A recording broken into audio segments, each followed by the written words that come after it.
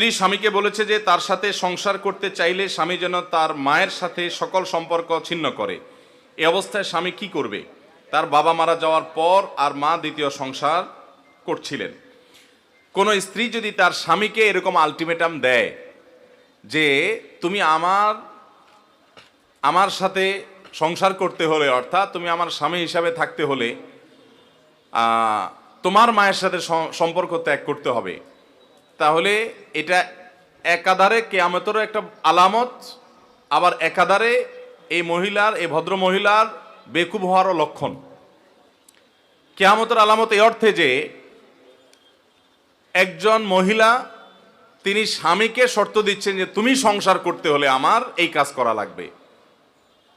এটা সাধারণত তো হয় না, হয় উল্টা।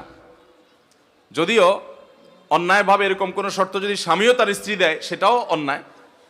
অতএব এটা অবশ্যই কিয়ামতের আলামত যে এই মহিলা তার স্বামীকে এভাবে শর্ত দিচ্ছে যে আমার স্বামী থাকতে হলে তোমার এই শর্ত পূরণ করতে হবে। আবার একই সঙ্গে তিনি মূর্খতারও পরিচয় দিয়েছেন, কারণ তিনি নিজের ক্ষতি নিজে করছেন। নবী করিম সাল্লাল্লাহু আলাইহি সাল্লাম বলেছেন, সহিহ বুখারীতে হাদিসটি বর্ণিত হয়েছে, মান সাররাহু আন ইউবসাতা লাহু ফি রিজকিহি আও ইউনসা লাহু ফি আসারিহি ফালইয়াসিল রাহিমা। যে চায় তার রিজিকে এবং হায়াতে প্রশস্ততা হোক, বরকত হোক, সে যেন আত্মীয়তার সম্পর্কগুলোকে রক্ষা করে, আত্মীয়তার বন্ধনগুলোকে সম্পৃক্ত করে, সংযুক্ত করে। অতএব কেউ যদি তার রক্ত সম্পর্কে মানুষের সাথে সম্পর্ক নষ্ট করে, তার রিজিকে এবং হায়াতে বরকত হবে না বরকত কমবে? তাহলে এই মহিলা তার স্বামীকে যদি তার মায়ের সাথে সম্পর্ক ছিন্ন করায় দেয়, আর রক্ত সম্পর্কে আত্মীয়র ভিতরে সবচেয়ে প্রধান এবং মৌলিত হলো মা বাবা, সেই তাদের সাথেই যদি সম্পর্ক ছিন্ন করে দেয়, তাহলে এই ভদ্রলোক, এই মহিলার স্বামী, তার রিজিক এবং হায়াতের বরকত এবং কল্যাণ কমে যাবে। এটাতে মহিলার নিজের লাভ হবে না ক্ষতি হবে? তাহলে নিজের ক্ষতি যে সে করে সে কি বুদ্ধিমান না বোকা? এই জন্য আমি বলেছি এই ভদ্র মহিলা বোকা, নির্বোধ।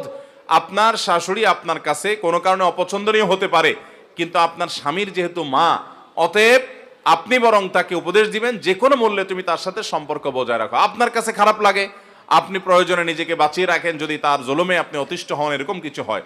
কিন্তু সন্তান কখনো মাকে ত্যাগ করা জায়েজ হতে পারে, বাবা মার সাথে সম্পর্ক ছিন্ন করা কোনো সন্তানের জন্য কখনো হালাল হতে পারে।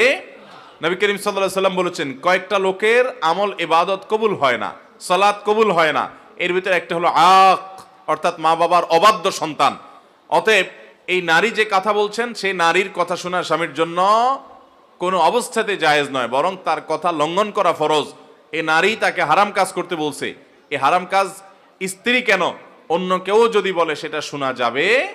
বিধায় স্ত্রীকে হয় বোঝাতে হবে, আর যদি স্ত্রী মানতে রাজি না হন, তাহলে সেক্ষেত্রে অবশ্যই স্ত্রীর অন্যায় আবদার মানা যাবে না, কোনো যুক্তিতেই যাবে না। মা যতই খারাপ হোক, জুলুম করুক, কিন্তু মাকে সন্তান কখনো ত্যাগ করার অধিকার সন্তানকে ইসলাম দেয় নাই।